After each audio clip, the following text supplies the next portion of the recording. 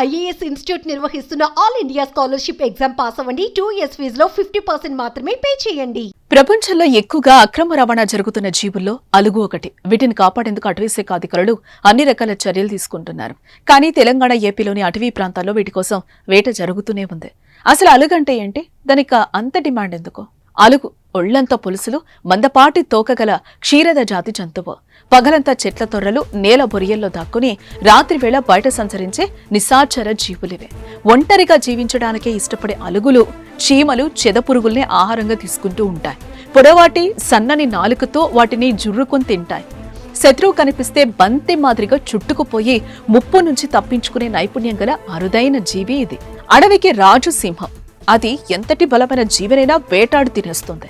కానీ సింహం కూడా తినలేనంత గట్టిగా ఉండే అరుదైన వన్యప్రాణులు కూడా ఉన్నాయి. అటువంటి వాటిలో అడవి అలుగు ఒకటే. అలుగు వీపుపై ఉండే పెంకులు కత్తిరించేలాగా పదునుగా ఉంటాయి. ఇవి సింహం కూడా నమలలేనంత గట్టిగా ఉంటాయి. అటువంటి అరుదైన అడవి అలుగులను పాంగోలిన్ అని కూడా పిలుస్తారు. Chinese pangolin, Asia pangolin, Sunda pangolin, పాతమాన్ పాంగోలిన్ అని 4 రకాల అలుగులుంటాయి. వీటి మూతి ముంగిసను పోలి ఉంటుంది. 4 కాళ్లతో ఉండే ఈ అలుగు సుమారు 20 ఏళ్లు జీవిస్తుంది. దీన్ని తొలిసారిగా 1821లో ఈ జంతువుల సంచారాన్ని గుర్తించినట్లుగా వైల్డ్ లైఫ్ అధికారులు తెలిపారు. వీటికి అంతర్జాతీయ మార్కెట్లో మంచి డిమాండ్ ఉంది. అలుగు పెంకులను చైనాలో మందుల తయారీకి ఉపయోగిస్తారని అధికారులు తెలిపారు. ఒక్కో అలుగు 20 లక్షల రూపాయల వరకు ధర పలుకుతుందని చెప్పారు. విదేశీ మార్కెట్లో అలుగుకు డిమాండ్ ఉండడంతో దాన్ని వేటాడే వేటగాళ్ల సంఖ్య కూడా పెరుగుతూ వస్తోంది.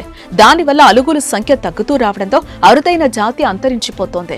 అందుకే వాటిని కాపాడేందుకు అలుగును వేటాడటం, అక్రమంగా రవాణా చేయడం నిషేధించారు. కానీ బంగారు బాతగుడ్డును ఎవరైనా వదులుకుంటారా? అసలే దానికి మార్కెట్లో తెగ డిమాండ్ ఉంది. అందుకు పోలీసులు ఎన్ని చర్యలు తీసుకుంటున్నా వారి కళ్లు గప్ప మరీ స్మగ్లింగ్ చేస్తున్నారు నేరగాళ్లు.